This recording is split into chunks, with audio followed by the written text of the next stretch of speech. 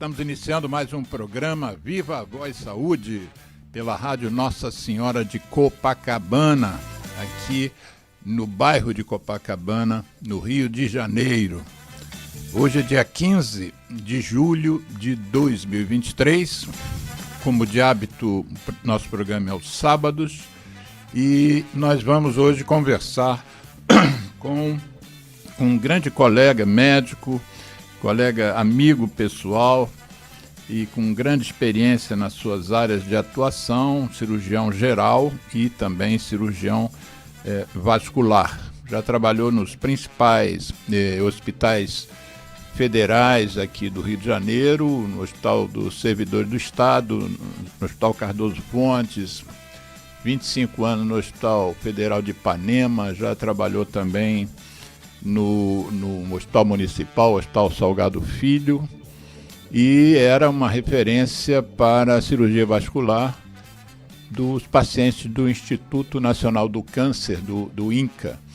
E nós vamos conversar hoje um pouco sobre essa história muito rica que ele tem como profissional médico, mas vamos também conversar um pouco sobre a saúde em si, sobre o Sistema Único de Saúde, mas sobretudo sobre a saúde pública em geral, não só ligada à área da cirurgia geral e da cirurgia vascular.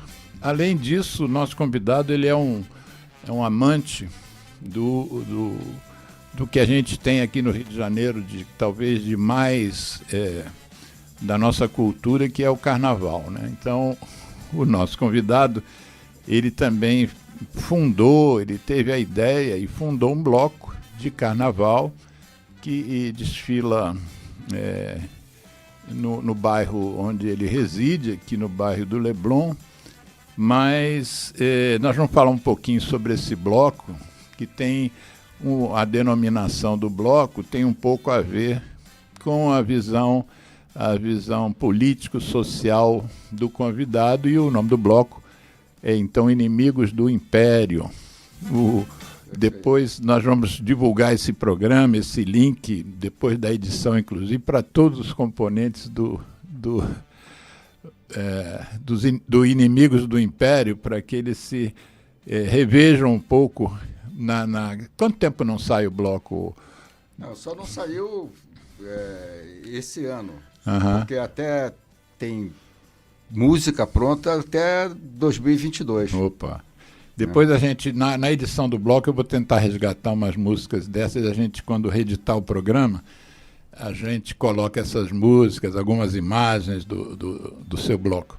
Mas eu queria então que você, primeiro, como eu sempre faço, eu queria te agradecer a presença aqui, porque a gente sabe que a vida de todos é muito atribulada, né? E às vezes o fim de semana é um momento assim de você se relaxar e você estar aqui num sábado de tarde, para nós é muito legal e eu fico muito agradecido pela sua disponibilidade. Então, eu queria que você se apresentasse rapidamente aí sobre que aspecto seu você quiser falar, para os ouvintes conhecerem um pouquinho melhor você. Bom, o Alexandre já falou... Perdão, eu não citei seu nome. Eu, inclusive, ensaiei 2 dias para não errar o sobrenome, mas é Sid Nelson Hastenreiter. Ele pronuncia melhor do que eu. Hastenreiter. Exatamente. E você disse que tem esse nome porque a mãe era baiana e o pai mineiro, né? Exato. Meu pai era de Muriaé e minha mãe de Salvador. É por isso que eu tenho esse sobrenome alemão. Mas fala aí de você, Cid. Eu queria primeiro agradecer a oportunidade de estar aqui, porque a minha vida inteira eu fiz uma militância qualquer, sempre dentro das minhas posições político-ideológicas, né? E eu sou daquelas pessoas, eu tenho vários amigos assim também, que têm certeza absoluta que a gente não vem aqui nessa vida a passeio. Então a gente tem que ter algum propósito na vida, porque senão fica só uma questão de sobrevivência, né, de ganhar dinheiro e, como diz no popular, se dar bem. Isso daí a aranha faz, os insetos também faz, a lagosta faz, né? A capivara e tudo mais. A eterna busca da sobrevivência. Isso daí não tem grande mérito, daí é inerente de todos os seres, sem exceção. Então, o homem que está no topo dessa cadeia, inclusive alimentar, porque a gente vive num planeta, né, que para sobreviver nós nos devoramos, todos, sem nenhuma exceção. Então, a gente tem que fazer alguma coisa, e é assim que eu justifico a minha existência, militando naquilo que eu acredito. E como médico, por que te levou a escolher essa especialidade? Cirurgia primeiro, cirurgia geral, e depois a vascular? Eu gostava de algumas outras especialidades de ciências assim, que não se fazia nada, mas eu sempre me achei necessidade de fazer alguma coisa concreta, né, com as mãos. Eu acho que se eu não fosse cirurgião, eu não seria, por exemplo, nefrologista. Eu ia fazer um curso do Senai aí e ser marceneiro. Um escultor. Escultor, fazer alguma coisa desse tipo. Eu tenho essa necessidade, eu conserto as coisas que estão quebradas.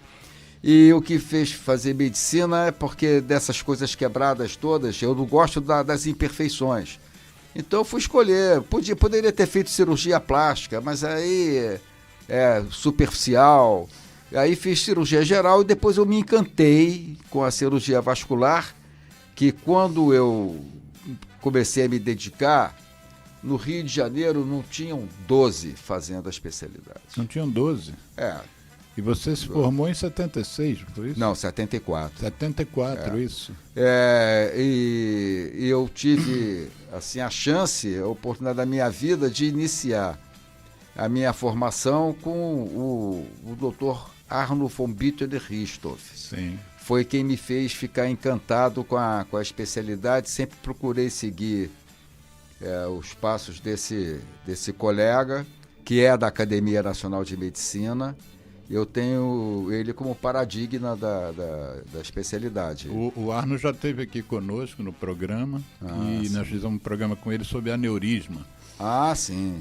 Foi um programa muito interessante. Deve ter esgotado o assunto. E tivemos a oportunidade, eu puxei um pouco a brasa para a minha sardinha, né? Esse programa é uma iniciativa da minha ONG, o Centro de Apoio ao Tabagista, e falamos um pouco sobre a relação entre aneurisma e tabaco e fumo. E ele deu um show, como sempre, né? Com certeza, com certeza. Foi muito interessante. A aterosclerose com fumo, né? E 90% dos aneurismas são ateroscleróticos, Isso. né?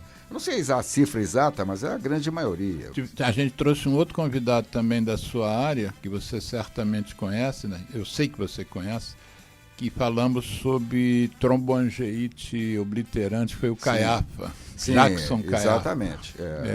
Outro colega seu e meu. A tromboangeite está estritamente ligado ao cigarro, porque só dá em fumante adulto, jovem fumante do sexo masculino. Isso. Mas tem umas exceçõezinhas, né? Uhum. Mas como em tudo na medicina, né? Como em tudo na medicina, as exceções são justamente para confirmar a regra. Uhum. Então, tem casos espetaculares que a gente tratou lá no Hospital de Ipanema, no serviço do Dr. Reinaldo Galo, né, na época. Depois eu fiquei 5 anos sozinho no serviço de cirurgia vascular, que o Galo se aposentou e ninguém mais contratou ninguém. Então eu fiquei com o serviço sozinho durante 5 anos. Mas no tempo ainda do Dr. Reinaldo Galo, nós fizemos uma amputação de alguns dedos dos pés, de alguns artérios, e o cara parou de fumar. Depois ele virou maratonista. Virou maratonista. Só porque parou de fumar. O tratamento foi só parar de fumar. Um exemplo desse também é o Drauzio Varela. Sim. Que parou de fumar e virou maratonista também. O Drauzio chegou a fumar, Fumou. Eu fumei, né? Dos 17, estava fazendo vestibular, até os 30 e pouquinhos. E mais ou menos o mesmo período do Drauzio. O Drauzio começou com 17 e parou com 36. E correu a primeira maratona com 50. 50 anos. E corre até hoje, né? Fez 80 anos agora. Ele está muito bem. Esse ano, né? Ele está muito bem. Mas você, então, foi sensibilizado lá pelo Arno, assumiu a especialidade e você, na tua história, você esteve em vários hospitais federais aqui no Rio, como eu já citei, inclusive o também municipal Salgado Filho. E Miguel Couto. E Miguel Couto, exatamente. Onde você fez a residência, não é isso? Eu fiz a residência em cirurgia geral, depois fui para o serviço do Arno, onde realmente eu comecei a fazer a especialidade. Isso. Eu já tinha feito o curso do Carlos José de Brito, na Lagoa. Quer dizer, tinham pouquíssimas pessoas, não tinha como. Era difícil desenvolver fora desse... O Arno tinha acabado de chegar do serviço do Vollmar, da Alemanha. Uhum. Então, desde que ele chegou, ele despontou pela excelência, né? Uhum. Das coisas que ele operava e a bagagem cultural dele de medicina, né? Os pais do Arno moravam naquele prédio. O Arno morou lá também. O Arno morou lá, exatamente.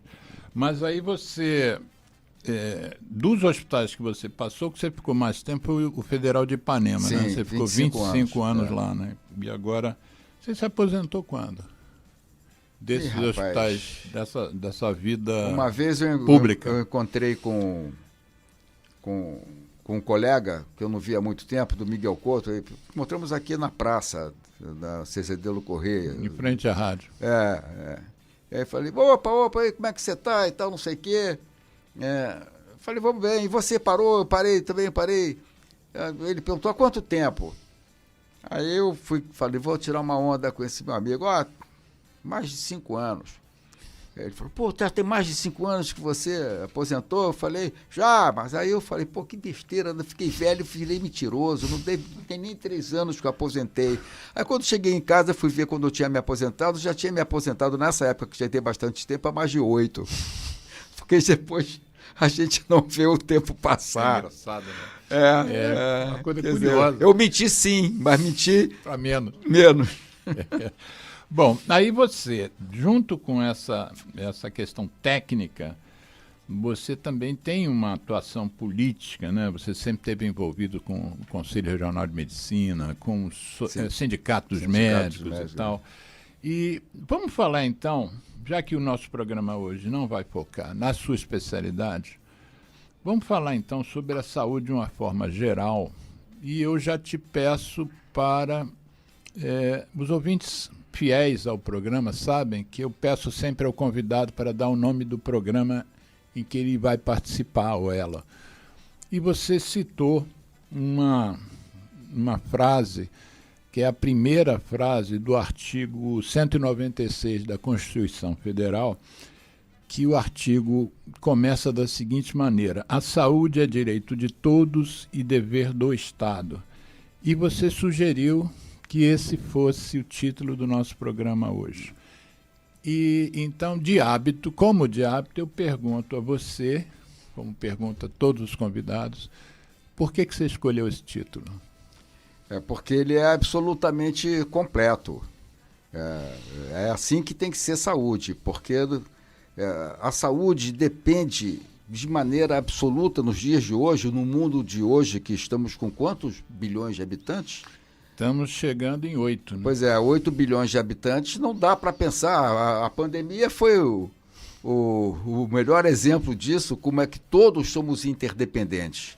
Né? Uhum. Antigamente, há pouco tempo atrás, falando da idade do planeta e da humanidade presente aqui no solo da Terra, né? Há 500 anos atrás, o vírus e a bactéria para chegar vieram de caravelas, né?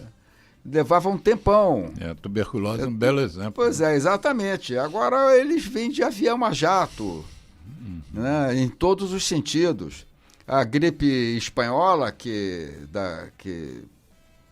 se for vidas à beça, parece 50 milhões, né, na época, chama-se espanhola porque foi um contingente americano que pegou a gripe nos Estados Unidos, lá na própria solo, e levou para a Espanha.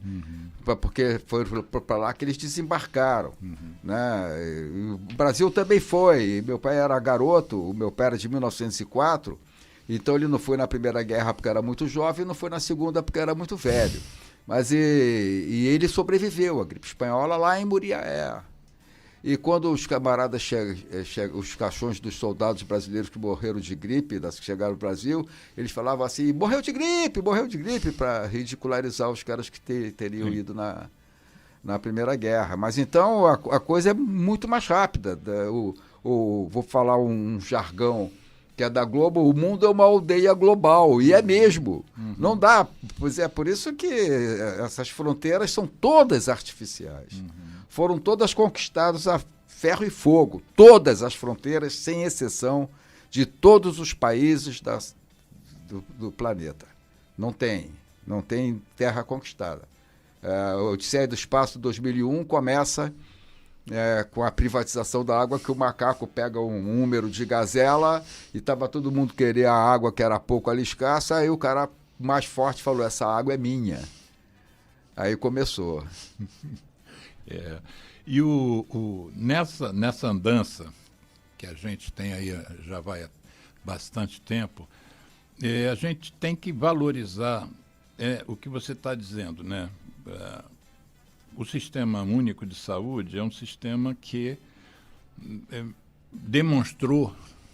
demonstrou-se durante essa pandemia uma coisa absolutamente fantástica, e que sem esse sistema, o desastre que foi a condução da pandemia aqui no Brasil, mas se você não tivesse esse sistema, um sistema que foi, enfim, definido oficialmente em 1988 pela Assembleia Nacional Constituinte, né?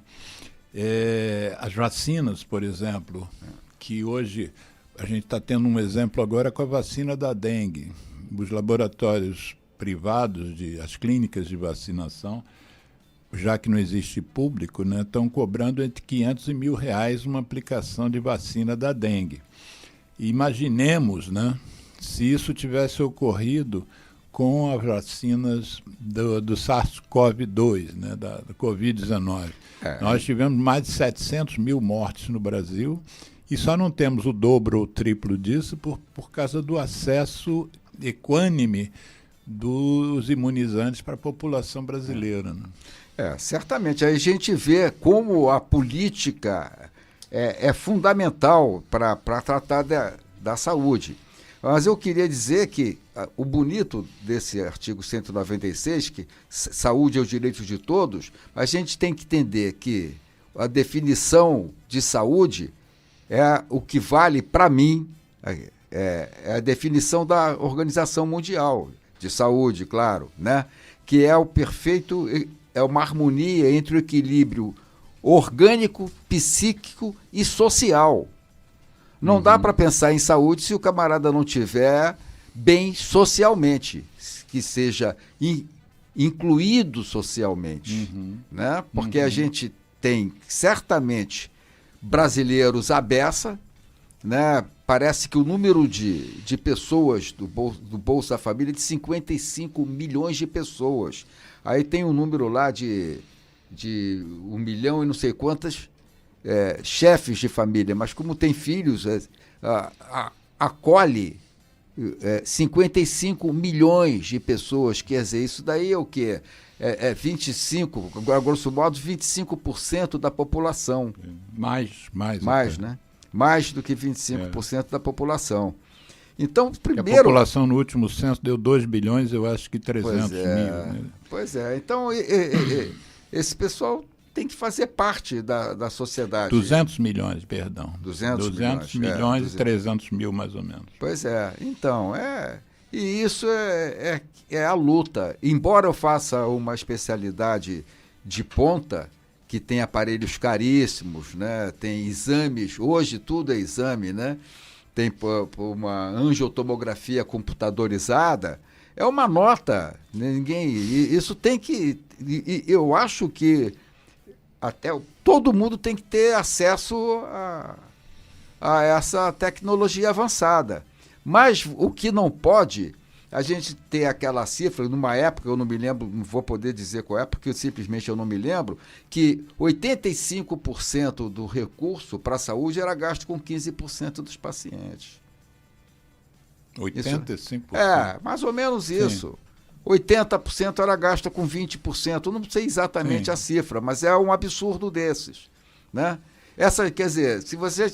Então, enquanto a gente faz um transplante de fígado, transplante de pulmão, você apresentou... Há 3 semanas atrás. 3 semanas atrás o tema foi transplante de pulmão. Parece que só no Rio Grande do Sul tem um pessoal que está avançado nisso. Sim. E é caríssimo. E em pessoas que têm um prognóstico de vida muito reduzido. Sim. Como os aneurismas, como as cirurgias de carótidas, esse negócio todo, é pessoal que já está. A revascularização do miocárdio, que aqui no Brasil se faz por excelência, aqui no Rio, São Paulo e tudo quanto que é lugar. Não é para parar de fazer isso, mas tem que... A gente sabe que se o camarada parar de fumar, por exemplo, ele não vai desenvolver uma aterosclerose a ponto de precisar de uma intervenção cirúrgica caríssima. Sim. A gente sabe que na pediatria, se a criança dormir bem, comer bem e tiver moradia, não vai precisar de um atendimento médico. Então o que eu falo em saúde é saúde no sentido amplo. Sim. E não só as maravilhas que o avanço da medicina e da ciência médica podem proporcionar. Deixa eu completar aqui, reforçando o que você acabou de falar. Quando eu fiz essa pesquisa hoje sobre os artigos que falam sobre o acesso universal e igualitário, né, sobre a questão da saúde ser um direito, os artigos da Constituição Federal são os artigos 196, 197, 98, 199 e artigo 200. No artigo que a gente abriu o programa, que tem o título do programa, Saúde é um direito de todos e dever do Estado, diz o seguinte, que isso tem que ser garantido mediante políticas sociais e econômicas que visem a redução do risco de doença e de outros agravos. E isso é uma questão. A outra questão é que o acesso deve ser universal e igualitário e serviços para sua promoção, proteção e recuperação. Quer dizer, além de você dar acesso às pessoas, você tem que dar acesso integral, né? Você tem que acompanhar a pessoa até ela se recuperar. Mas o que eu achei interessante é que dentro da questão do artigo 127 é dado uma ênfase à questão da prevenção.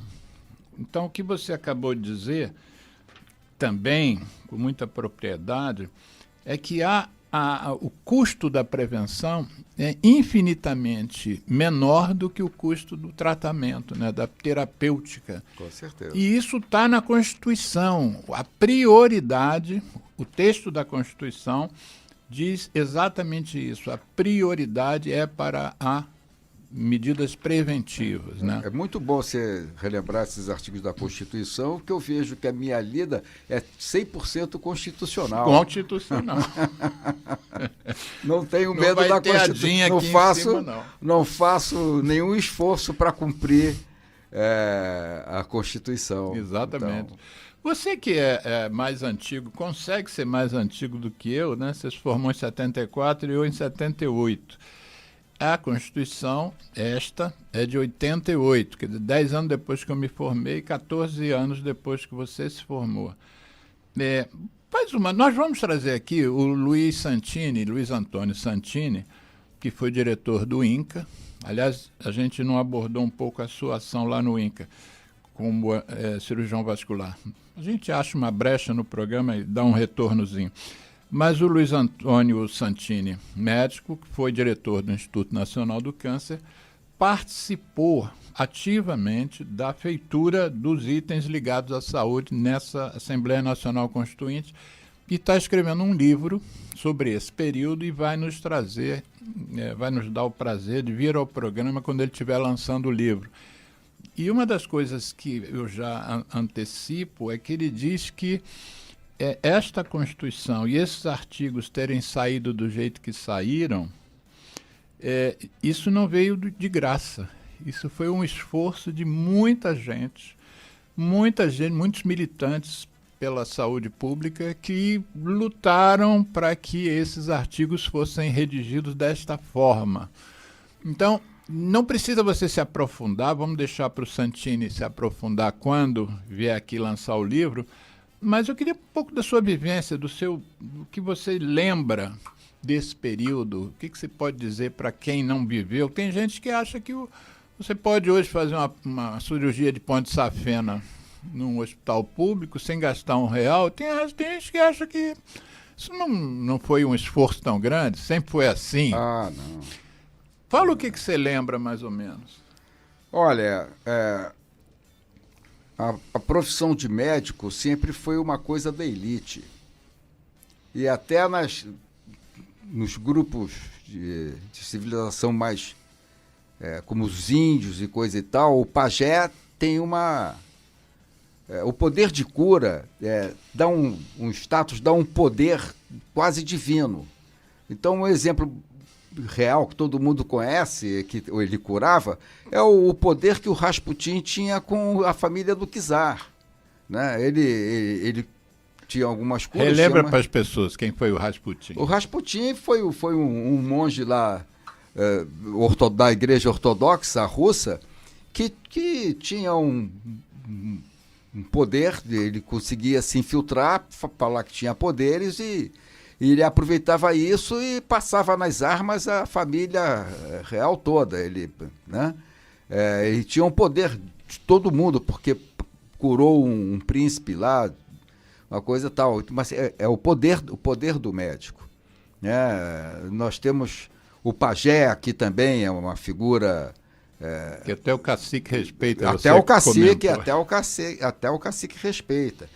E então o médico sempre teve muito poder. Para o médico chegar a esse ponto de bolar inserir na nossa Constituição esses artigos para proteger, foi uma evolução muito grande.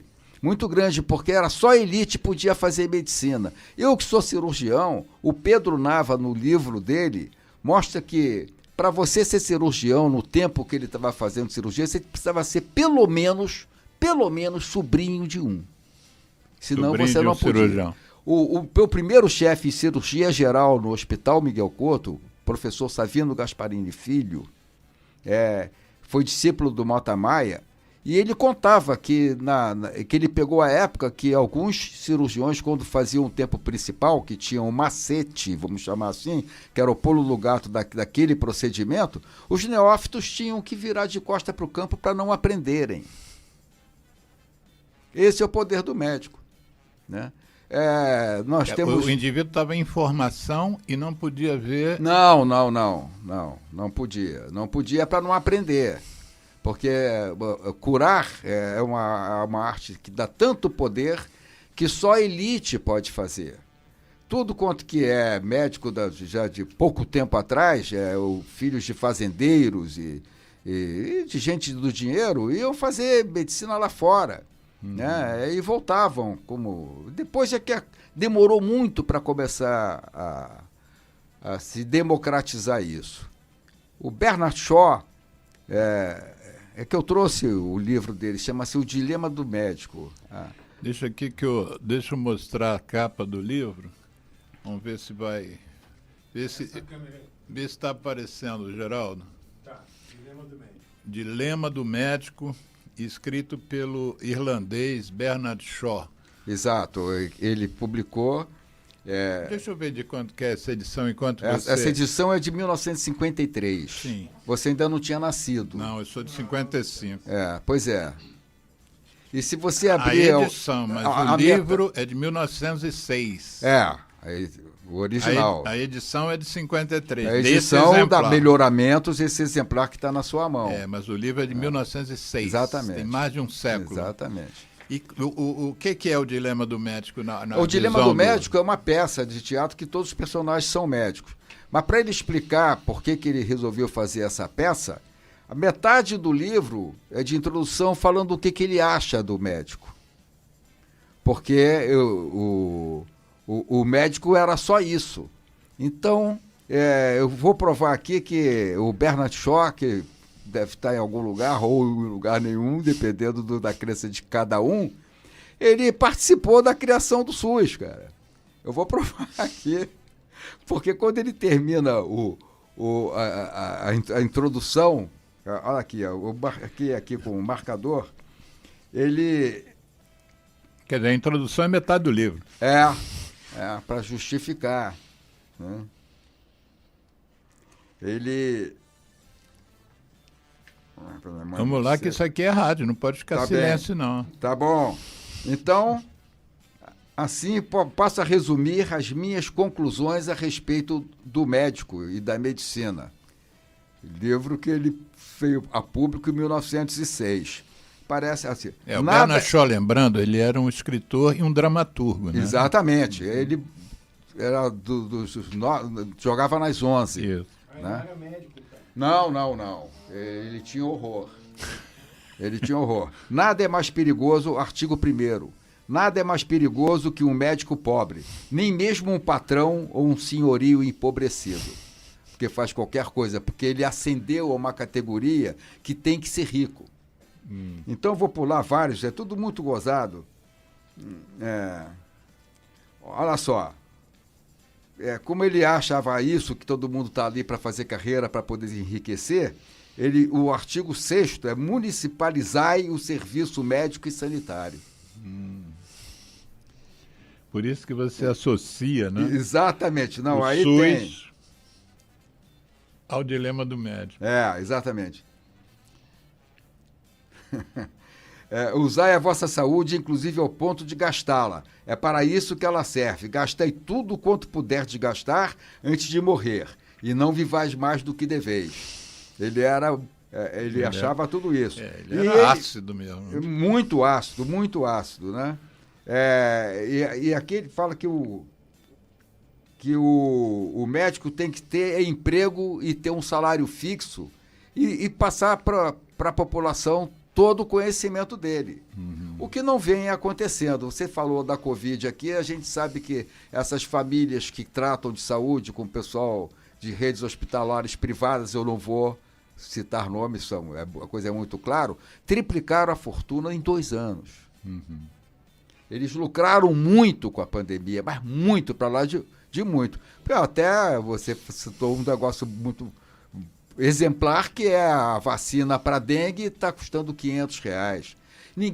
Outra coisa que eu quero falar também, que é muito oportuna, o Arthur Lira pediu a saúde para administrar. Ele nega. Ele Claro, diz que não. Ele nega, mas pediu. Por quê? Porque é um lugar que... Eu acho que quem roubar o recurso da saúde pública, para mim é paredão, porque é um assassino, porque a verba é uma só. Se você rouba algo para si, né, você deixa de atender, porque ela não consegue. A verba é uma só e é escassa. E é escassa. Então, quando você põe no bolso o dinheiro que era para comprar, adquirir mais recursos para tratamento da população, você está literalmente matando. Que é por isso que o Bolsonaro vai ter que responder na justiça o assassinato de 200, 300 mil pessoas. Morreram 700, mas de 200 a 300 no mínimo eram evitáveis se a vacina chegasse na hora. E não como o ministro da Saúde, o Pazuello, né, falou, não, a vacina vai chegar no dia D, na hora H. Porque essa pressa, eu me lembro de uma frase do Pazuello, tá tocando o celular do nosso convidado aqui, mas é uma música interessante essa, hein? E eu que não conheço o celular dele, não tenho a senha. Mas o nosso poderoso ministro... Eu peço desculpa aqui. Não, mas bota a musiquinha para tocar que tá bom. Vocês sabem, desculpe a pergunta, qual a porcentagem do dinheiro da saúde que vai para o SUS? Existe essa informação? Não, eu não tenho, eu sou péssimo nisso, sou péssimo. Mas deve ser bastante, né? Olha, o que interessa, seja o que for, a quantia que for, não é bastante, é uma das menores que tem. Só a aposentadoria, só as pensões que as Forças Armadas gastam com as viúvas e pensionistas lá é o dobro se você somar saúde e educação juntos. Mas o dinheiro da saúde vai para os militares? Não. Não. É o dinheiro do Tesouro Nacional. Tesouro. Mas o dinheiro da saúde, quanto vai para o SUS? Não tem essa resposta. Olha, o SUS é isso aí, Sistema Único de Saúde. Tudo é saúde, né? Vacinação, adquirir ambulância, tudo isso é saúde, é muito amplo. Eu não sei te responder, porque é a coisa. Eu estava no meio, estava no bojo dessa explicação. Por que o Arthur Lira queria, os corruptos querem a saúde? Porque é mais fácil roubar do que em obra. Do que o síndico quando rouba na obra, porque tem desde uma taxinha até o material caríssimo de elevador e não sei o quê e tudo mais. Saúde tem desde uma gaze, uma agulha que custa fração de centavo, até um aparelho de ressonância magnética ou de um PET scan, tá entendendo? Uma medicina nuclear para tratar o câncer, né? E tudo mais. Então, tem que ser tudo nosso, para que não haja desvio. A minha especialidade era uma brincadeira. Um catéter que a gente não fabrica aqui, eu conheci alguns mercantes, as pessoas que forneciam material, eu era amigo deles, os patifes, amigos meus, né? Eles falavam, não, cara. Eu falei, os patifes também são amados, né? Claro, não, o camarada que, o cara pode ser banqueiro, por que não pode? Mas eu queria concluir aqui. Conclua. Aí eu chegava pro meu amigo e falei assim, olha, se vocês simplesmente importassem, que eles importavam legalmente, às vezes de contrabando. Por que é tão caro o que vocês vendem aí? Por que vocês estão todos ficando milionários? Quanto é que vocês põem em cima para pagar Polícia Federal, pagar polícia, pagar bandido, pagar todo mundo? Aí ele falou, se não tivesse nada, se o doutor não pedisse nenhuma comissão, a gente podia bater 500% do preço. 500%. Ele põe 500% em cima para poder pagar essa cascata de corrupção até o material chegar. Mas o diretor do hospital, o chefe de serviço que entrava nessa, não se aposentava, mas ganhava muito mais do que um ano de salário e coisa e tal. Era irresistível. Quer dizer, é um custo que não está... é um custo embutido, mas que não aparece, né? Claro que não. Mas o artigo, eu mencionei aqui, que a Constituição Federal, no que tange à saúde, propriamente dita, tem 5 artigos. O segundo, que é o artigo 197, diz o seguinte: são de relevância pública as ações e serviços de saúde, cabendo ao poder público dispor, nos termos da lei, sobre a sua regulamentação, fiscalização e controle. Ou seja, a questão que se acabou de levantar é uma fiscalização falha e um controle falho. E se a gente for ainda buscar, chegar lá na formação do médico, por exemplo, outro dia eu estava conversando com um indivíduo que me foi apresentado pelo dono de um bar, o Chico, lá do Chiquelaide. E ele, quando tinha pessoas sozinhas, ele gostava de juntar pessoas, né? Então, eu estava nesse dia só e tinha um outro rapaz só também. E ele me apresentou, isso aqui é médico, e esse senhor aqui, ele é representante de uma empresa, mas ele não tinha noção do que era e deixou nós dois batendo papo. E eu descobri, na conversa, saiu que esse rapaz era representante de uma empresa, que eu não vou citar o nome, que fornece para o Brasil tomógrafos. E aí ele me diz a seguinte coisa: já me chamando pelo nome, né, Alexandre, o Brasil é o lugar que mais faz tomografia no planeta. De todos os lugares que nós fornecemos aparelhos, nenhum país do mundo pede tanta tomografia quanto aqui. E você nota, você inclusive já trabalhou em um monte de hospital, já teve contato com um monte de gente, várias fases de formação. As pessoas hoje pedem tomografia para uma gripe. Né? O sujeito faz uma gripe, ele vai já com a tomografia. Tem meninos hoje que não sabem ver um raio-x de tórax, por exemplo, que é da minha especialidade. E isso também, não sei se isso seria uma questão de fiscalização, né, de controle, mas seria a questão da formação do médico. Né? Quanto a gente não gasta desnecessariamente porque ou não entende o que o paciente está apresentando, então você pede os exames para ver o laudo, e aí, de acordo com o laudo, esse telefone é insistente, não? Deve ser alguém querendo falar com você aí a respeito.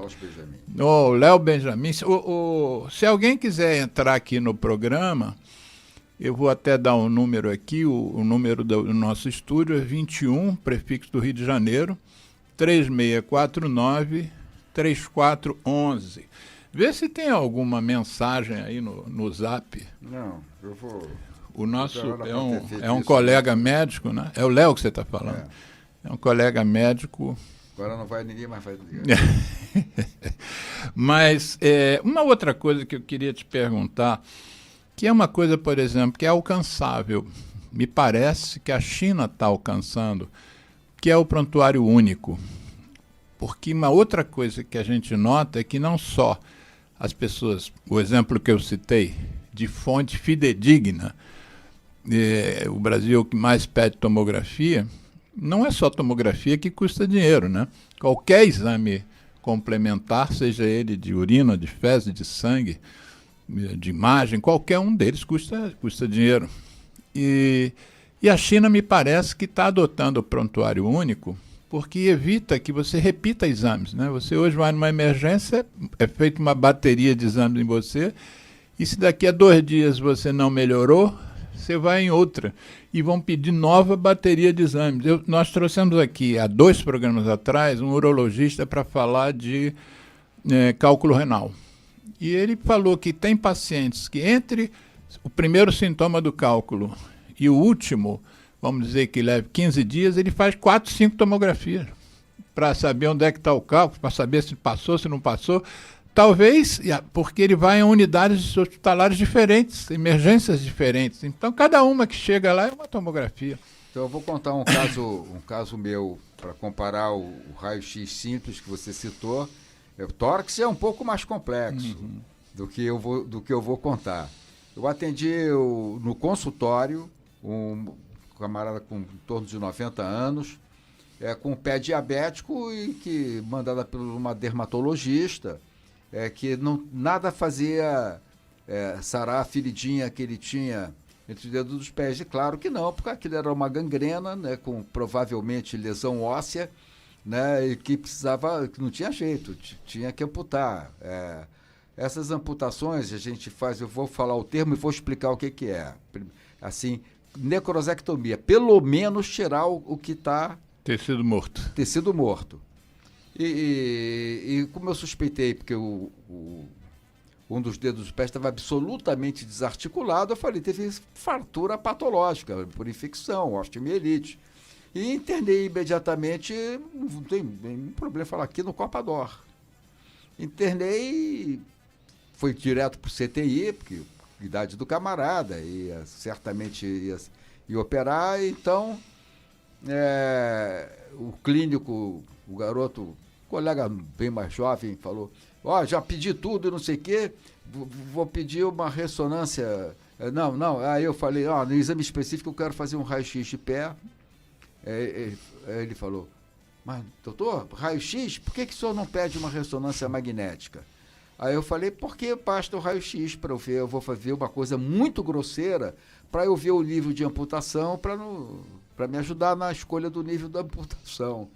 Aí ele falou, mas tem um problema, porque o raio-x só vai dar o laudo amanhã. E a ressonância te dá o laudo na hora.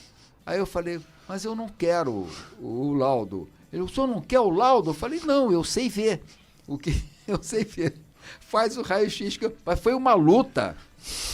Às vezes eu desisto, não tenho paciência de discutir. Tá, então pede, porque dá muito trabalho discutir com esse pessoal, inclusive com o paciente que é doutrinado por esse mesmo raciocínio, que chega no consultório e fala, eu vim aqui para o senhor fazer um Doppler. Eles são bem afetados, falam Doppler não, são afetados, que eles certamente eles querem ser sócios do country, ter um Doberman, né? E então, se ele é do country, ele tem um Doberman e pede um Doppler. Aí, então, eu falo assim, eu não vou pedir o seu Doppler, porque eu ainda não te examinei. Não, mas eu quero fazer o Doppler. Aí eu falo Doppler assim, é uma espécie de ultrassonografia, né? É o ultra... Ah, desculpa, é um aparelhinho... Eu tenho Doppler portátil em casa, que com a característica do som eu faço 95% dos diagnósticos. Eu não sei até nem aonde precisar e nem o tamanho. O Doppler por imagem, e é colorido, mas é uma convenção do próprio aparelho, põe azul e vermelho, fica lindo, né? Então, que também não é necessário, mas é bom, é confortável você ver o Doppler colorido. Ele, ao mesmo tempo que faz o ultrassom, por isso que ele é chamado de duplex scan, que é um duplo escaneamento. Ele mede fluxo. Se algum colega tiver, é aquele efeito da física. O engenheiro entende muito mais de Doppler do que médico, porque é efeito Doppler-Fizeau. Que só o que está em movimento que é detectado, o que está parado.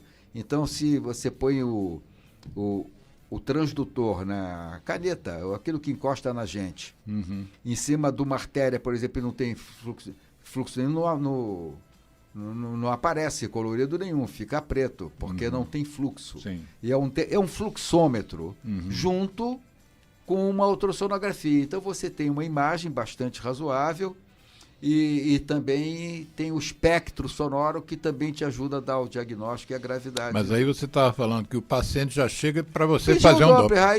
Às vezes eu explico, quando eu tenho paciência, eu falo assim, vou explicar por que eu não vou pedir. Porque o fulano de tal, que é eu reputo como o melhor ecografista do Rio de Janeiro, né? Vai chegar, vai pegar o meu pedido e falar, o Cid não examina o paciente, o camarada está com a perna fina, todos os pulsos palpáveis, para que ele pediu Doppler? Né? Por isso que eu não vou pedir para você. Às vezes o paciente sai indignado porque ele tem direito. Sim. Quando tem direito, porque ele paga o convênio, então tem direito, mas não está pensando na minha reputação, nem na lisura do meu atendimento, não. Ele foi lá para fazer um Doppler, para ele poder passar com o Doberman dele e do country. Então, quer dizer, você vê que não é o nível social, nem o poder aquisitivo do camarada que faz o cara fazer besteira. Não é, e não interessa. O médico caiu em absoluta desgraça e se ridicularizou tanto e ficou tão reacionário a essas propostas do SUS, que são bastante banais, que em 2018, entre o primeiro e o segundo turno das eleições, quem ganhou para o Conselho Regional de Medicina foi uma chapa que, ao tomar posse, isso está documentado. Está documentado. É só entrar na internet, no Google, que você acha. Posaram fazendo arminha.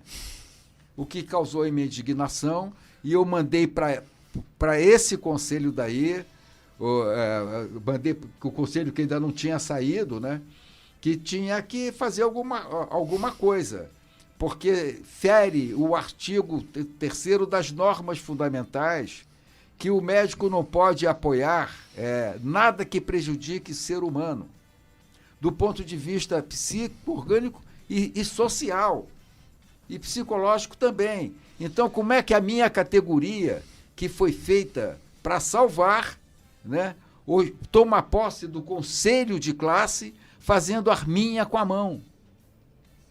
Quer dizer, aí, o que você pode esperar dessa categoria, meu amigo? Né? Então, por isso que eu faço coro com o crítico da minha categoria, o Bernard Shaw. O Bernard Shaw e outros tantos colegas que militam com a gente. Nós fomos anticandidatos ao Conselho Regional de Medicina, né? Várias vezes. E perdemos todas, porque a gente fazia uma vaquinha e conseguia 8 mil, 9 mil reais para fazer panfleto, que se fosse distribuído de mão em mão para cada médico do Rio de Janeiro, a gente não conseguiu imprimir panfleto para dar na mão de cada um.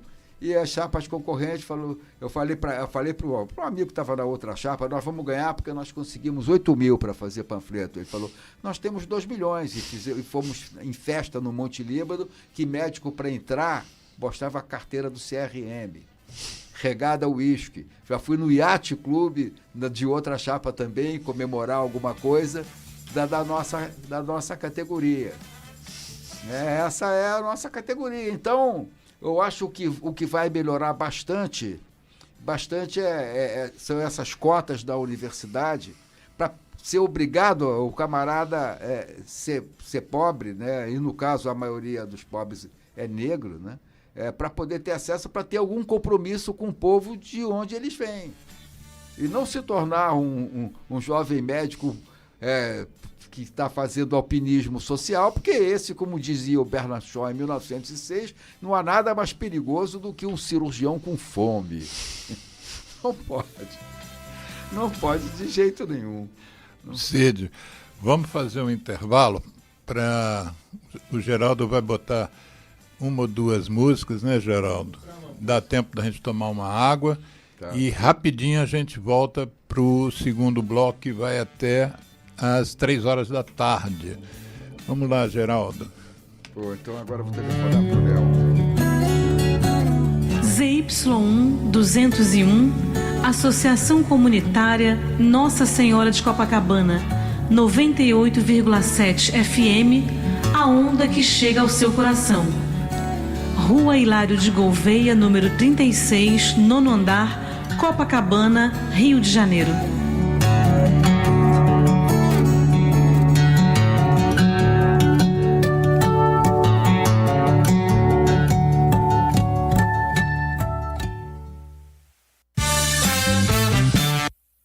Eu me chamo Tony Garrido, junto de Vange Souza, a gente convida a dizer não ao cigarro, não ao tabaco.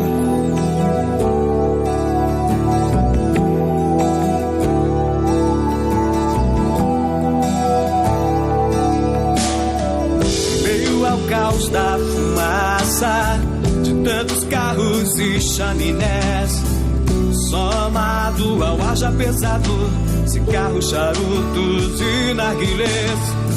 É feito estufa, é feito por cada um mais um contra, já são 2 a favor do ar mais saudável. Apague o cigarro, acenda o amor.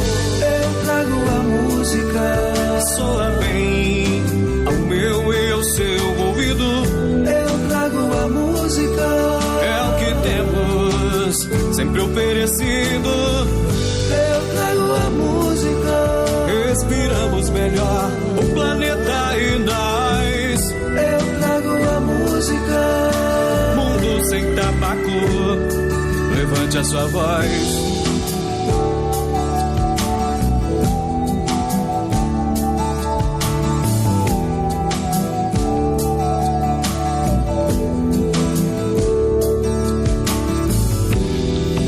Eu trago a música, soa bem ao meu e ao seu ouvido.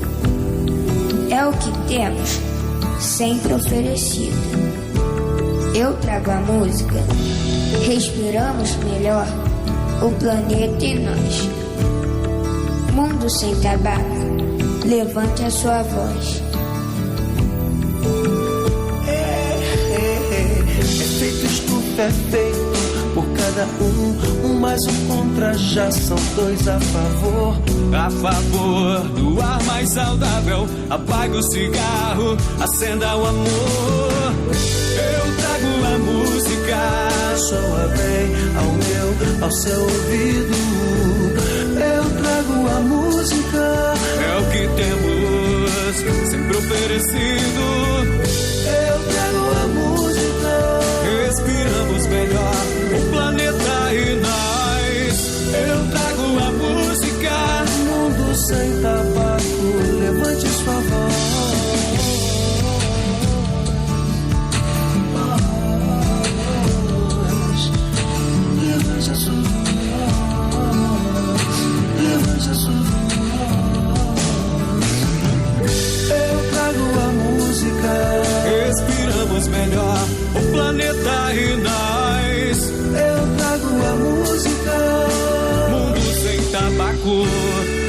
levante a sua voz. Eu me chamo Vange Souza, junto de Tony Garrido, a gente te convidou a dizer não ao cigarro, não ao tabaco.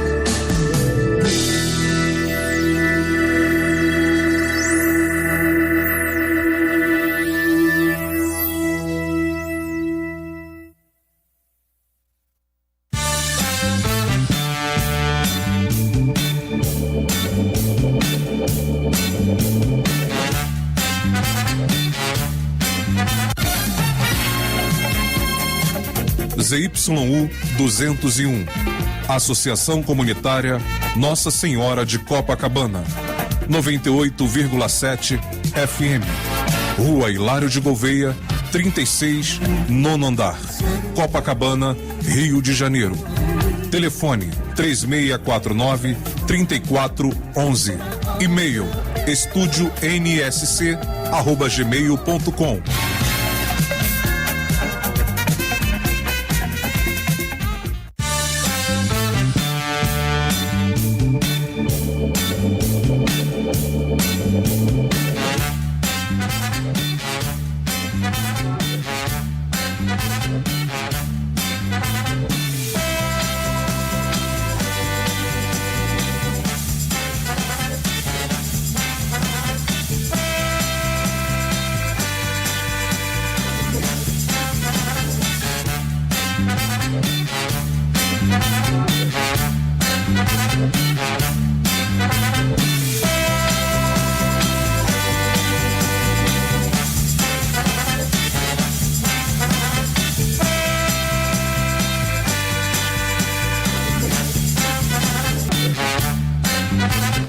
Então, estamos reiniciando o programa Viva Voz Saúde. A câmera voltou com ele fazendo o movimento de um cavaleiro no cavalo, viu? Depois, quando você vira o vídeo, é só para as pessoas entenderem o que era aquele movimento que você estava fazendo. Mas explicando o que é o nome dele, o Hassenreiter, quer dizer o cavaleiro veloz, né? Seria mais ou menos. Cavaleiro apressado. Ou muito ligeiro. Cavaleiro muito ligeiro. Então nós estamos conversando hoje com um colega e amigo, Sid Nelson Hassenreiter, um nome que eu treinei bastante durante os últimos 2 dias, cirurgião vascular, grande lutador pelo Sistema Único da Saúde e pela politização mesmo da medicina. Ele não tem nenhuma vergonha de se colocar do lado que eu particularmente coloco como lado correto de nós que gostamos de saúde pública e que entendemos qual é o papel do Sistema Único de Saúde e o papel dos profissionais de saúde, que em parte a gente falou mais de médico, porque nós dois somos médicos, mas eu acho que isso se expande, né, para todas as categorias profissionais que têm interesse e que têm alguma intromissão na questão da saúde. No primeiro bloco nós falamos dos artigos da Constituição Federal que abordam a questão do Sistema Único de Saúde, sendo que o primeiro deles, que é o artigo 196, deu o nome do programa, escolhido pelo convidado: a saúde é direito de todos e dever do Estado. Eu me lembro de uma frase que uma deputada do Partido dos Trabalhadores usou para definir o SUS. Ela estava abrindo um Dia Mundial contra a Tuberculose lá em Brasília, no Congresso, eu não me lembro o ano, mas não faz muito tempo, e ela manifestou a sua opinião sobre o SUS, dizendo que seria o maior programa de inclusão social do planeta. Às vezes a gente esquece de que a saúde talvez seja o maior bem do ser humano, né? A gente fica a história do ovo e da galinha. O que é mais importante, a educação ou a saúde? Aí eu mesmo já me fiz essa pergunta várias vezes. Aí eu penso que sem educação não haveriam os profissionais de saúde, né? Não haveriam os técnicos da saúde, não haveria o pessoal de nível superior. Mas, por outro lado, sem a saúde os professores não conseguiriam ter ensinado as pessoas, né? Então eu acho que saúde e educação, eles deveriam ser intocáveis, né, do ponto de vista de interesse político, de interesse financeiro, de interesse de barganha. Nós defendemos aqui no programa várias vezes essa questão que saúde e educação deveriam estar num patamar fora do patamar normal das negociações partidárias, políticas, as negociações as mais variadas. E o que a gente nota é que não é a realidade, né? Os interesses, muitas vezes escusos, não poupam a saúde, e você já citou aqui no primeiro bloco algumas situações bem pertinentes e preocupantes em relação à cobiça por estas duas pastas, se bem que às vezes as questões são tão toscas que eu não vejo nem tanta cobiça pela pasta da educação, né? Você não vê muita guerra, ninguém querendo a pasta da educação, mas a da saúde. Eu queria voltar um pouquinho ao início do bloco anterior, em que você se apresentou e em que eu introduzia as suas atividades nas mais variadas unidades aqui do Rio. Mas eu esqueci de falar com você da sua participação como referência em cirurgia vascular do Instituto Nacional do Câncer. O que você não era do Instituto, né? Você foi contratado pela fundação que dava apoio ao INCA, né? Qual foi a sua participação? Por que um vascular era importante dentro do Instituto, para os pacientes do Instituto? Porque, por incrível que pareça, e isso é errado até hoje, né? Um hospital do porte do INCA não tem um serviço de cirurgia vascular. Vou citar só uma coisa. Não tem nada que dê mais trombose do que o câncer e o tratamento para o câncer. Ambos são trombogênicos. Eu vi muito mais trombose no INCA do que em qualquer serviço de cirurgia vascular que eu tenha trabalhado, e não foram poucos. E com os melhores cirurgiões, basta dizer que eu já citei aqui o Arno. Então, era um absurdo, mas o médico é tão voltado para si que a impressão que eu tenho é que no INCA não tem vascular, porque um serviço como a vascular ia ocupar espaço físico. Quem é que ia ceder? Porque o INCA precede o explodir da especialidade de cirurgia vascular, que hoje qualquer camarada de baixa renda, que mora em subúrbio, que tem pouca bagagem, sabe o que é cirurgia vascular. Você pega um táxi, fala com o entregador, eles sabem, minha tia não sei o quê, todo mundo sabe o que é cirurgia vascular, né? E o INCA fingia não saber disso, finge até hoje. É um absurdo o INCA como um todo, porque eu operei nas 4 unidades do INCA, muito. O que eu operei mais é no INCA 1, até pelo porte e pela variação de especialidade. Operei muito no INCA da rodoviária, que é o INCA 2. Operei no INCA 3, que é restrito a ginecologia e obstetrícia, e parece que a plástica se mudou para lá. E até no INCA 4, que é de paciente fora de possibilidades terapêuticas, eu operei também. Então, tinha que ser uma especialidade dentro do INCA muito presente, mas nunca fizeram isso. Então era assim, o diretor do INCA era amigo do Arno, chamava o Arno para ir lá, o Arno chegou para esse diretor e falou, chama o Cid que daí eu fui para dar um parecer.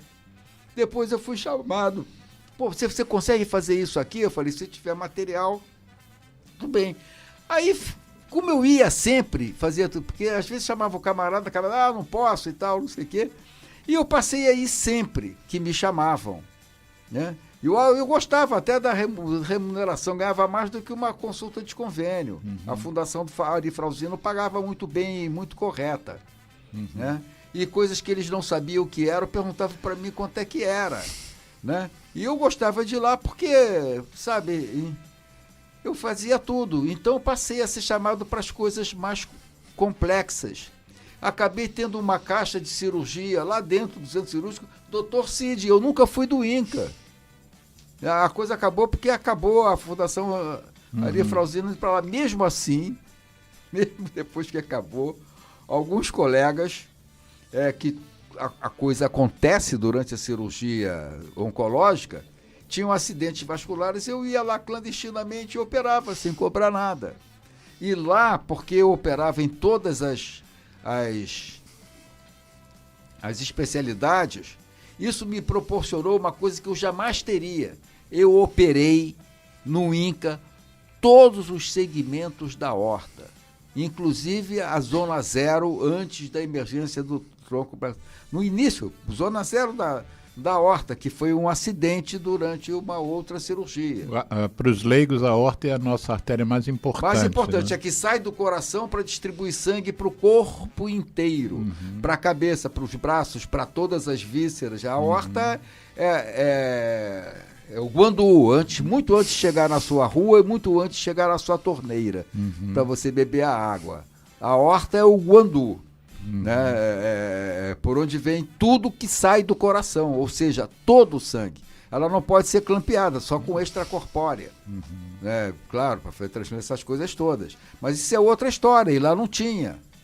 E aí eu tive que me virar. Lá, porque outros segmentos da aorta, que o tumor envolve completamente esses vasos, o tumor adere de tal maneira que o vaso sai junto, e aí tem que ter um cirurgião vascular para botar alguma coisa no lugar, ou então amputar a pessoa da cintura para baixo, coisas assim. Então eu estou exagerando um pouco, mas é verdade, ou fazer amputação, ou conserta ou amputa.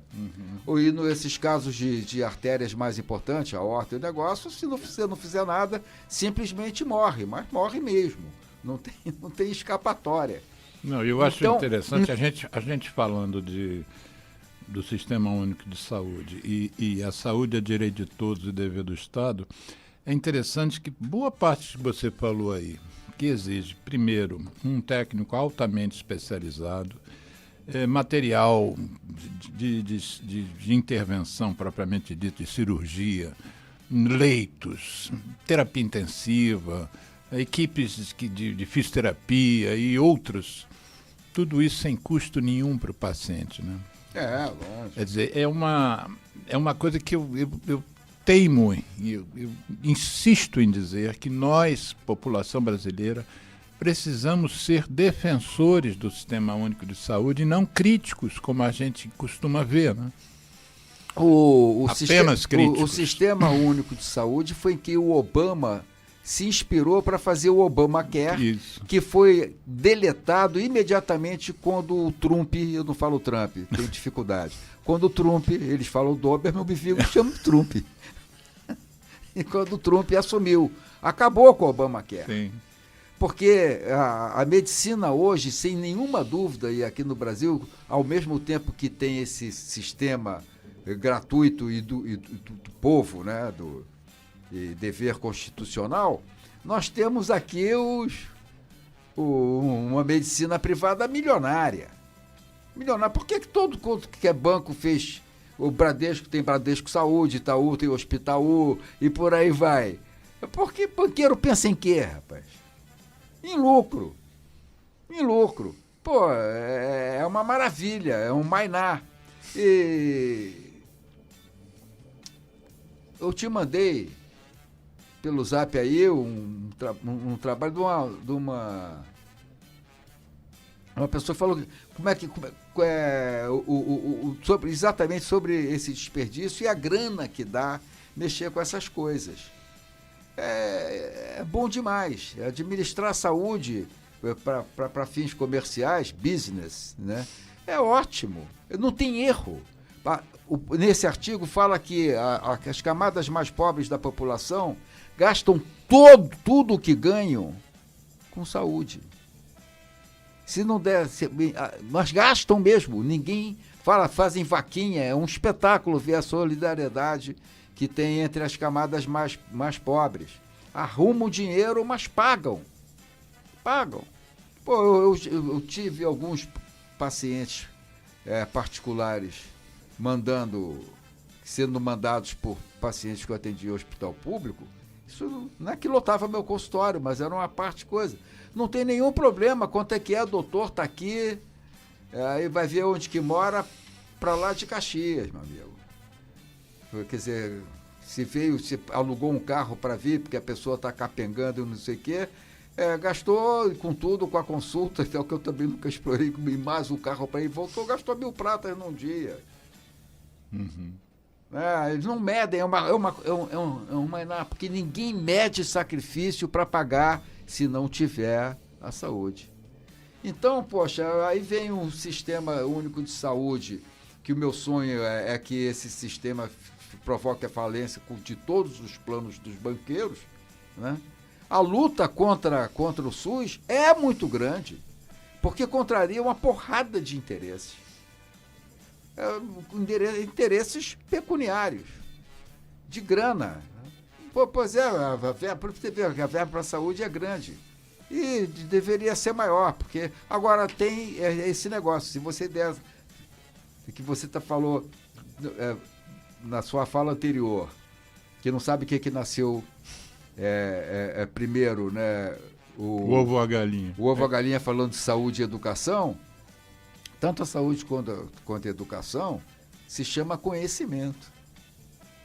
O conhecimento é a principal característica de nós pensantes, né? O Homo sapiens.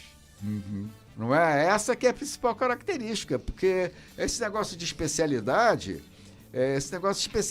foi criado porque acabou o tempo dos sábios. O Leonardo da Vinci, por exemplo, era um sábio, ele era médico, arquiteto, guerreiro, ele sabia tudo. A definição de sábio, de uma maneira grosseira, era o cara que conseguia reunir todo o conhecimento que existisse na época dele. Isso não é mais possível. Se você for fazer citologia, tem um camarada que só estuda a mitocôndria, quer dizer, uma organela da célula. Nem célula, mas ele sabe o que é. Quer dizer, eu estou caricaturando, né? Não é bem assim.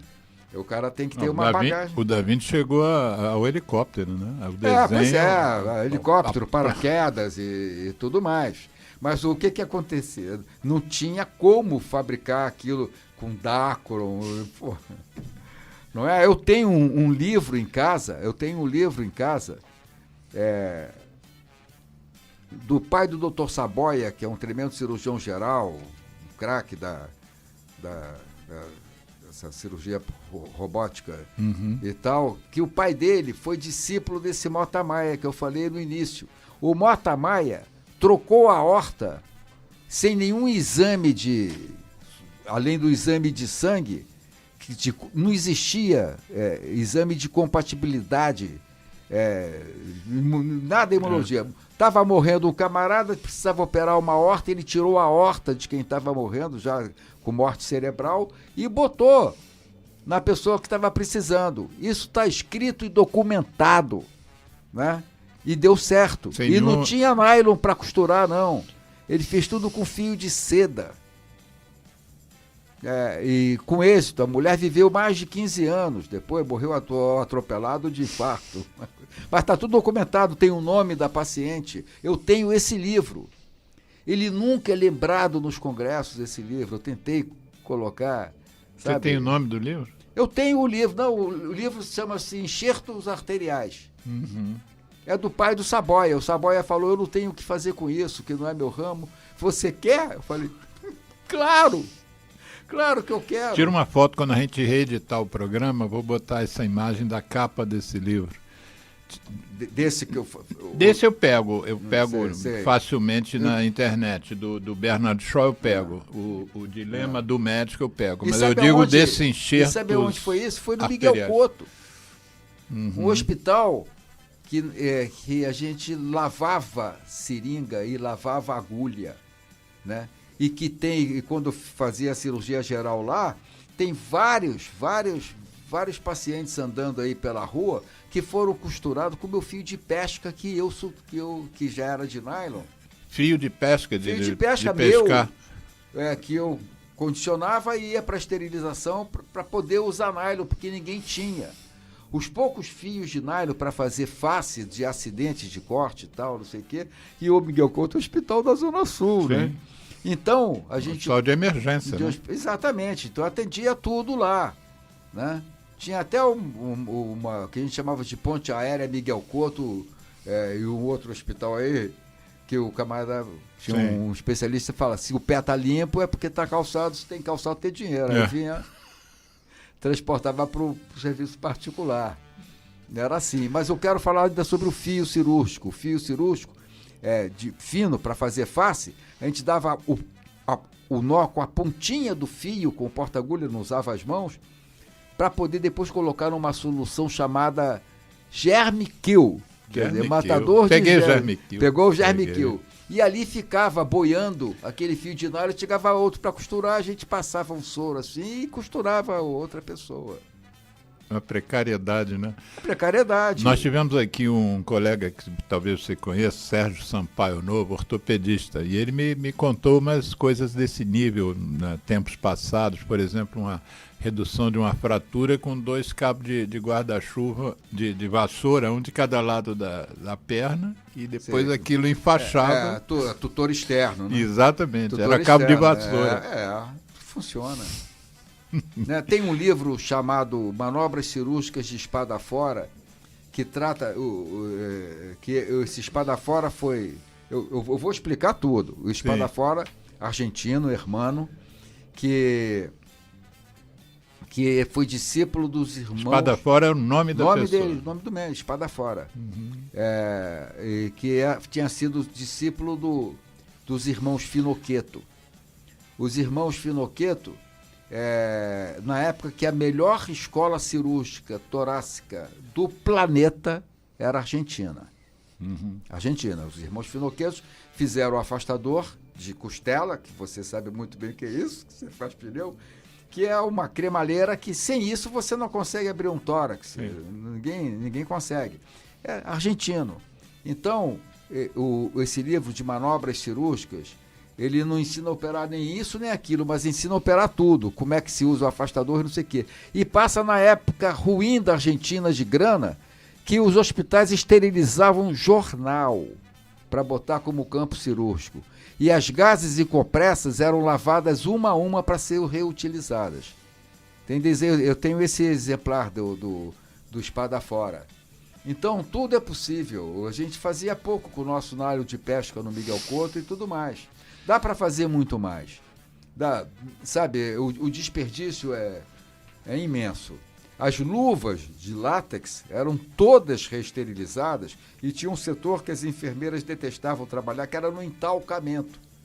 Depois que, para elas poderem ser esterilizadas e não grudar uma na outra, eram entalcadas. Então, antes de começar uma cirurgia, você ficava lavando bem para sair todo aquele talco para não dar aderência, para não irritar o intestino e não dar aderência depois. Os catéteres de Foley, que é para enfiar pela uretra para chegar na bexiga, né, eram todos reesterilizados. Todos. Tudo era esterilizado.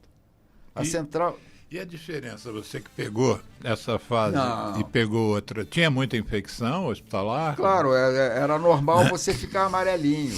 Mas nos Estados Unidos também, 25% dos cirurgiões da minha época eram portadores de hepatite B. Eram portadores de hepatite B. Porque a hepatite é 1000 vezes mais infectante do que a AIDS, né? Então, a luva, se tiver um furinho, se você se machucar um pouquinho... 25% dos cirurgiões americanos da minha geração tinham hepatite B. Então, tomara que os médicos jovens possam ter acesso a essa nossa entrevista e saber que você é um cara que viveu isso e, ao mesmo tempo, vive nesse momento, né, de avanço da medicina. Eu acho que tem uma ligação para a gente aí.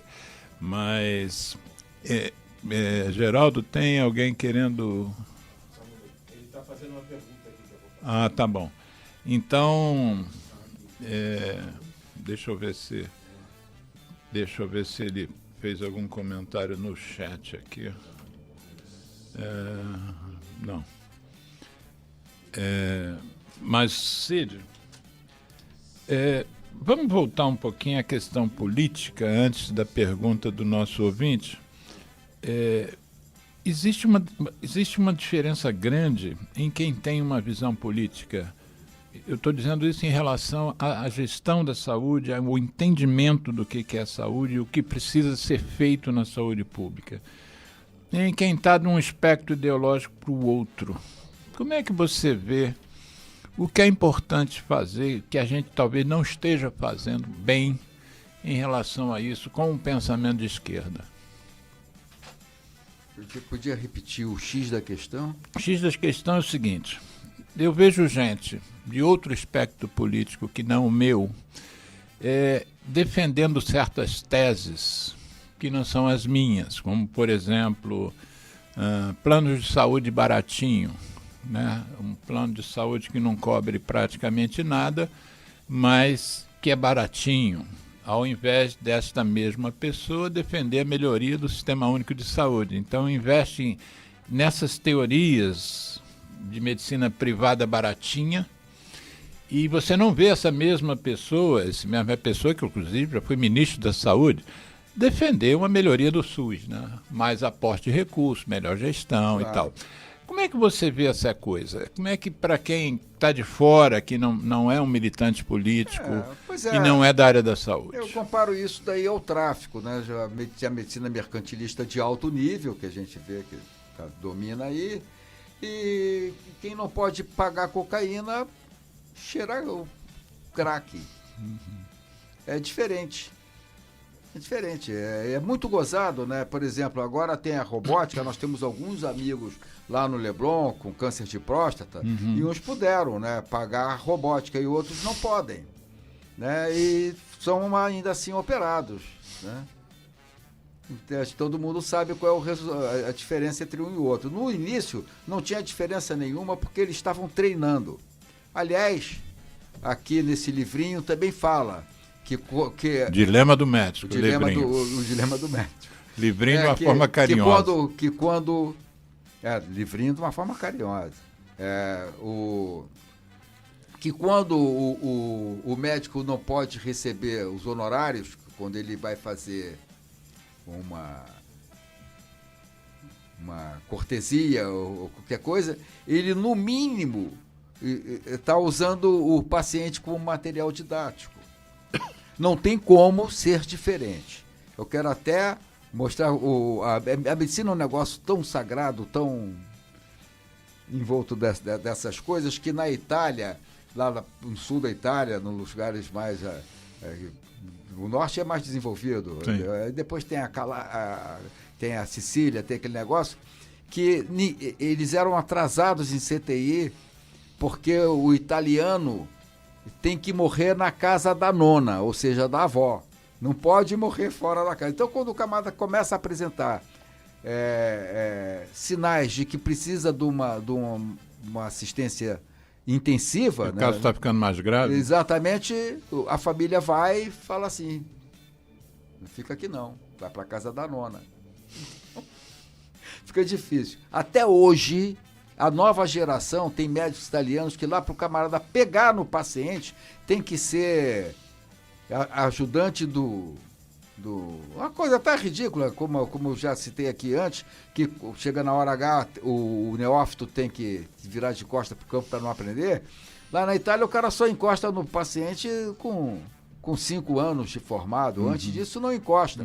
Então a garotada de lá vem toda para cá e vão dar plantão de graça na nossa Baixada, que tem um atendimento que às vezes não tem naquela zona de conflito entre árabes, aquela zona, como é que é o nome da faixa de Gaza? Na faixa de Gaza. A Baixada às vezes mata. Mas, então, os camaradas voltam para a Itália como cirurgiões expertos e fazem o que querem. E a grande parte fica aqui mesmo, porque fica aqui é mais legal.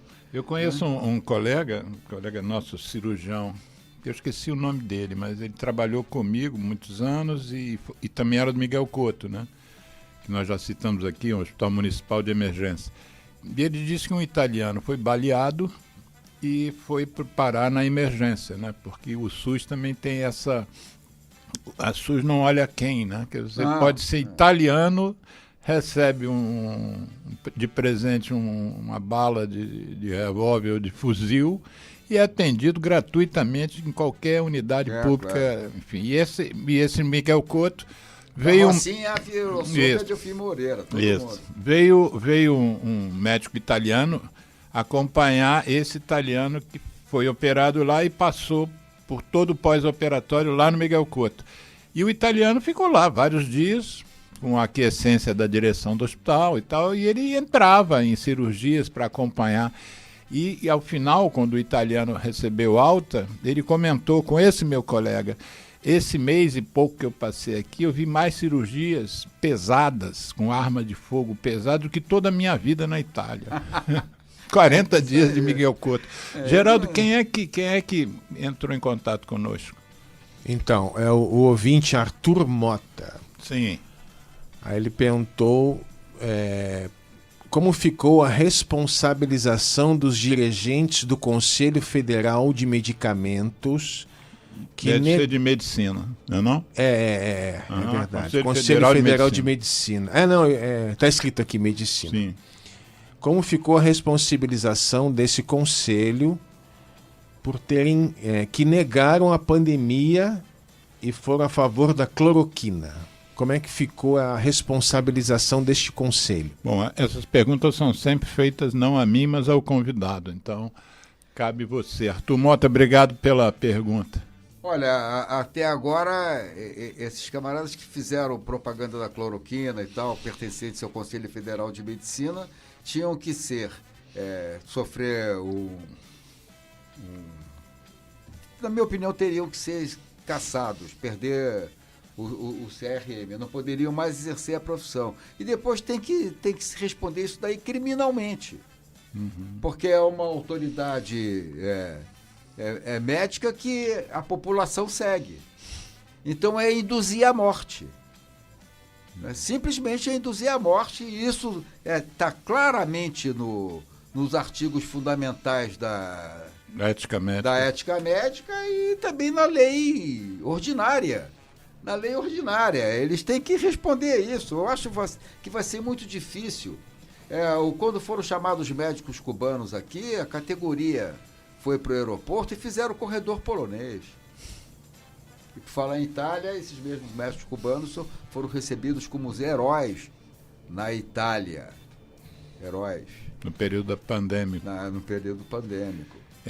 O que eu soube, complementando a tua resposta, o que eu soube é que essa semana que passou, o Supremo Tribunal Federal, na pessoa do Gilmar Mendes, desarquivou esse processo que tinha sido arquivado, se não me engano, pela PGR. Então parece que o Ministério Público Federal acionou o STF e coube ao Gilmar Mendes desarquivar, e envolvendo não só o ex-presidente, mas o ex-ministro paraquedista, mais o Conselho Federal, mais aquela médica que teve um apelido jocoso de Capitã Cloroquina, e mais o secretário de Saúde, secretário nacional, Elcio Franco, também militar. Não sei Anvisa, desculpe a pergunta, a Anvisa faz parte do Conselho Federal de Medicina? Não. Isso é um conselho de classe, é um conselho só de médicos. Aliás, estão querendo mudar para a ordem dos médicos, como tem a ordem dos advogados. Não tem nada a ver com a Anvisa isso? Não, absolutamente. O que é a Anvisa? Desculpe a pergunta. A Anvisa é a Agência Nacional de Vigilância Sanitária. Isso. Não tem nada a ver com o governo? Tem, né? É uma autarquia do governo. Sim, mas só que a Anvisa e outros órgãos, são independentes do Ministério. São independentes, mas são infiltrados. Por exemplo, uma vez que foi para a Anvisa, o cara foi questionado, ele pertencia ao grupo de saúde complementar, a convênios, e ficou lá presidindo a Anvisa. Voltando ao conselho, ao Código de Ética Médica, o que eu jurei que ia, quando eu me formei, tinha um Código de Ética Médica que era fininho assim, igual a Constituição americana, que é a mesma desde o George Washington, né? Que participou Benjamin Franklin e tudo mais, né? Era fininho, muito fininho. Eu tenho, que eu não achei, eu ia trazer. A primeira edição do Código de Ética, assinada, que virou o CRM número 1, pelo Juscelino, que era médico. E ele foi o CRM número 1. Juscelino Kubitschek foi nosso presidente. Foi nosso presidente, exatamente, o CRM número 1. Porque antes você trabalhava com diploma pregado na parede do seu consultório, né? Hoje não, hoje não precisa nada. Você tem CRM, carimbo, número. Acabou, carimbo e número, né? Mas nesse mesmo Código de Ética que eu jurei, que era fininho assim, tá lá que a medicina é uma profissão e o médico vive única e exclusivamente do seu trabalho, cobrando os seus honorários. E que não pode ser explorada comercialmente, política, de maneira nenhuma. Esse artigo iria inviabilizar a existência de convênio. Aí foi suprimido esse artigo. Ou foi pulverizado e caído em um monte de outras coisas. É fácil, é só pegar o Código de Ética quando eu me formei, ainda era esse. Daí é muito recente. Eu conheço vários colegas de valor que participaram da elaboração do novo Código de Ética, que tem a grossura de uma Bíblia para mim. Não dá, né? Não dá. Eu acho que tinha que se a medicina voltasse para o Código de Ética Médica, que não é perfeito, mas que, se alguém for ver hoje em dia o Código de Ética Médica, vai falar, não, isso daqui é de comuna, não tinha nenhum comunista. Nenhum. Porque é muito rigoroso. E à luz desse Código de Ética, que foi o que eu jurei que eu ia nunca transgredir, que esses camaradas todos podem ser expulsos da categoria, não podem mais exercer a profissão, como os torturadores, como foi caçado o doutor Amilcar Lobo, que era chamado doutor Cordeiro. Um psiquiatra, né? Um psiquiatra, mas que sabia medicina o suficiente para examinar e falar, pode continuar a bater. Opa. Bonita a profissão. Cid, como é que você está vendo esses primeiros meses do atual governo federal, mas notadamente a postura da ministra Anísia Trindade? Como é que está te batendo? Eu tô... Poxa, olha só. Não dá para atender as diferentes cabeças nossas de médicos, mas está 1 milhão de vezes melhor. Agora, paralelamente, os prefeitos e governadores estão leiloando o Souza Aguiar, tá entendendo? Transformar tudo em medicina privada, porque o filão é muito bom.